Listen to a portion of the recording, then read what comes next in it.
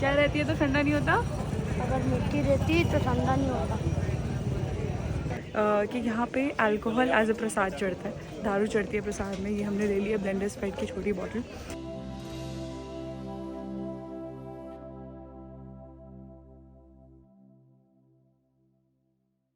Hello and welcome to another vlog on the ATR daily vlog series.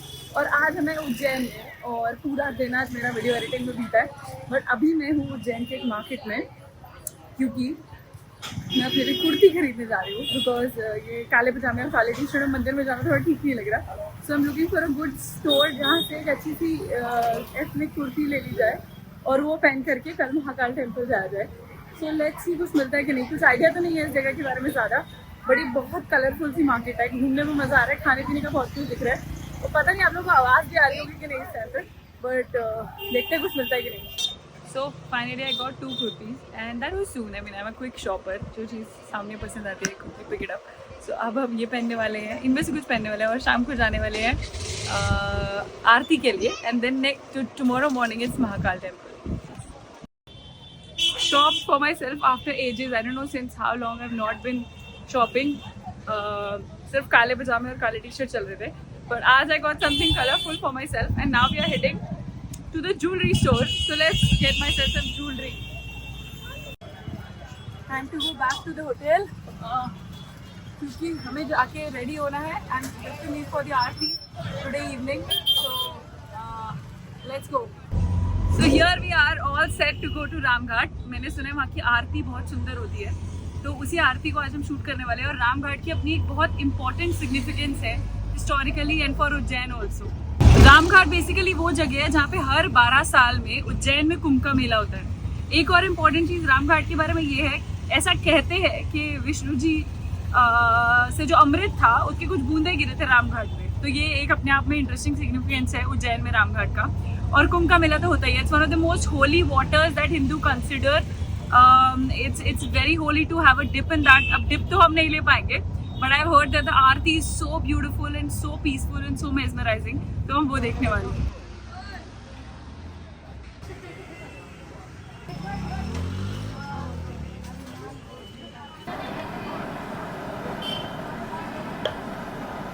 So we are near the Ramghat right now and Ramghat has its own significance in Ujjain because Ramghat वही जगह है जहाँ पे हर 12 साल में कुंभ का मेला होता है। और रामघाट में अगर कुंभ नहीं भी हो तो भी मैंने सुना है कि जो इवनिंग्स होती हैं और जो इवनिंग की आरती होती है वो अपने आप में बहुत मैजिकल होती है। सुबह से कुछ खाया नहीं था तो फाइनली रुके हैं कुल्हड़ वाली चाय पीने के लिए, क्योंकि आरती 7 बजे की है और अभी टाइम हो रहा है 6। तो हम लोग थोड़ा सा जल्दी आ गए ताकि हमें अच्छा स्पॉट मिल पाए और हम आराम से जा करके आरती शूट कर पाए। अब प्रॉब्लम यह है आरती का टाइम ही फिक्स समझ में नहीं आ रहा है क्या है। कोई दुकान वाले बोल रहे हैं 7 बजे का है और कुछ लोग बोल रहे हैं स्टार्ट हो चुकी है और कुछ लोग बोल रहे हैं 6:30 का है। तो हम अभी फिगर आउट ही नहीं कर पा रहे कि आरती का टाइम कितने बजे का है। But nonetheless it's 6:10 and I finished the chai as soon as possible.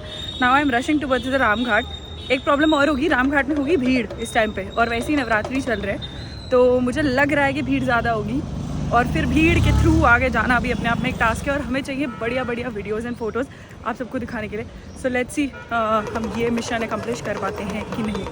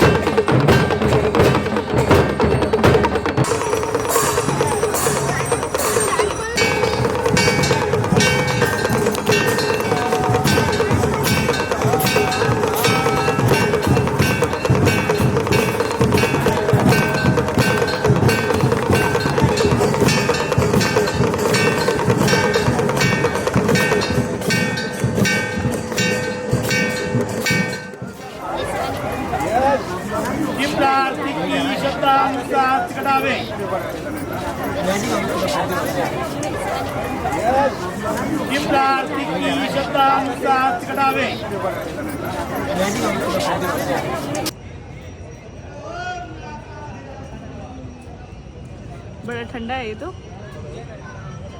चंदन है अगर मिट्टी रहती ठंडा नहीं होता। क्या रहती है तो ठंडा नहीं होता? अगर मिट्टी रहती तो ठंडा नहीं होता। बताओ अपना। अभिषेक। अभिषेक। अभिषेक हेलो बोल दो सबको। हेलो। अपने नाम और। पंडित अनिल त्रिवेदी। तो हमारे साथ पंडित जी है, पंडित अनिल त्रिवेदी जी, और आरती अभी जो थी वो उन्होंने की है, और साथ में दो पंडित जी और थे। और कहानी थोड़ी सी शिप्रा रिवर और क्यों हमारे लिए इतनी इंपॉर्टेंट और होली है हिंदुइज्म में, वो बताएंगे पंडित जी खुद। शिप्रा नदी का उद्गम इस प्रकार तो है, जिस एक बार शिव जी भिक्षाटन के लिए भूमि निकले। जब भिक्षाटन के लिए वो विष्णु भगवान के पास गए तो विष्णु भगवान ने उनको पहचान लिया कि तो जो महादेव है, तो उनको अपन क्या देंगे। तो उन्होंने उनसे थोड़ी मजाक कर ली, हंसी टुकड़े कर ली। तो शिव जी को आ गया गुस्सा, तो अपना त्रिशूल उठाकर मारने लगे। तो विष्णु भगवान ने अपना हाथ आगे कर दिया, तो उनकी तर्जन उंगली पे वो त्रिशूल लगा। तो त्रिशूल उससे लगा तो उसमें खून निकलने लगा। तो खून निकला तो शंकर जी को एकदम हुआ, अपन ने क्या भगवान को मारा। तो शंकर जी अब तक खप्पड़ था वो उनके नीचे रख दिया। तो उसमें खून बहा, तो जब बाहर निकला तो खप्पड़ से शिप्रा हो गई। इसलिए शिप्रा उद्गम हुआ। अच्छा, और यहाँ पे कुंभ होता है हर 12 साल बाद। 12 वर्ष में कुंभ होता है। जब अमर मंथन हुआ था, जब अमर मंथन 4 जगह गिरा था, इलाहाबाद, हरिद्वार, नासिक और उज्जैन। तो उज्जैन में जो पूर्ण कुंभ होता है, जो केवल यही होता है, बाकी हर जगह अर्ध कुंभ भी होता है। इसलिए यहाँ इसको सिंहस्थ यहाँ होता है कुंभ मेला, सिंहस्थ पर्व।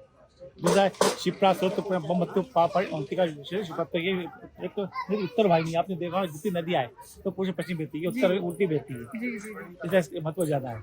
अच्छा, यहाँ गंगा नदी को तो पाप धोना ही थी। अच्छा, गंगा जो है पाप नाशिनी है, मोक्षदायिनी है। कैसे? जब गंगा अवतर हुआ था जी तो भागीरथ जी आगे चलते रहे, जी जी तो गंगा उनके पीछे चलते रही। जी। तो जो पापी बहुत से पापी सभी नहाए धोए, तो उनका पाप वो गंगा पाप में हुई।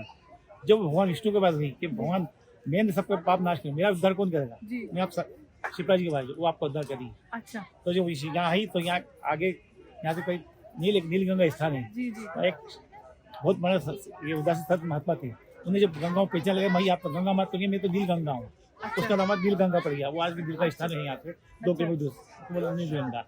वो जब यहाँ पे आई तो यहाँ सामने एक सीढ़ी, यहाँ एक संगमेश्वर महादेव मंदिर है।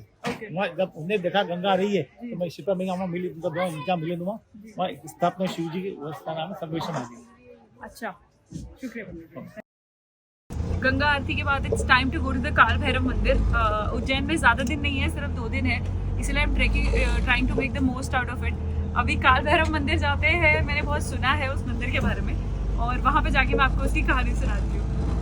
तो अब हम आए हैं काल भैरव मंदिर में, और काल भैरव की अपनी एक बड़ी इंपॉर्टेंट सिग्निफिकेंस है। महाकाल ने खुद काल भैरव को as a caretaker of the city appoint किया था, तो उनको कोतवाल भी कहा जाता है सिटी का। और एक इंटरेस्टिंग चीज़ ये है कि यहाँ पे अल्कोहल एज ए प्रसाद चढ़ता है, दारू चढ़ती है प्रसाद में। ये हमने ले लिया ब्लेंडर स्प्राइट की छोटी बॉटल, और ये चढ़ती है एज ए प्रसाद। तो चलते हैं अंदर और देखते हैं अंदर क्या है। कहा करते थे कि यहाँ पे काल भैरव में जब काल भैरव के आइडल को अल्कोहल ऑफर होता था, तो एक टाइम पे वो धीरे धीरे करके ख़त्म हो जाता था, और तब वहाँ से कप हटाया जाता था। अब तो नहीं होता है, पर ये क्यों होता था, किस लिए होता था, इसके ऊपर काफ़ी लोगों ने और ब्रिटिशर्स ने स्पेशली ढूंढने की कोशिश करी है, पर उन्हें कोई खास जवाब मिला नहीं है। हाय बोलो सब, लाइक करो, फॉलो करो, कमेंट करिए। ये अविनाश है जिसने हमें कल टीका लगाया था, अगर आप मिले हो तो।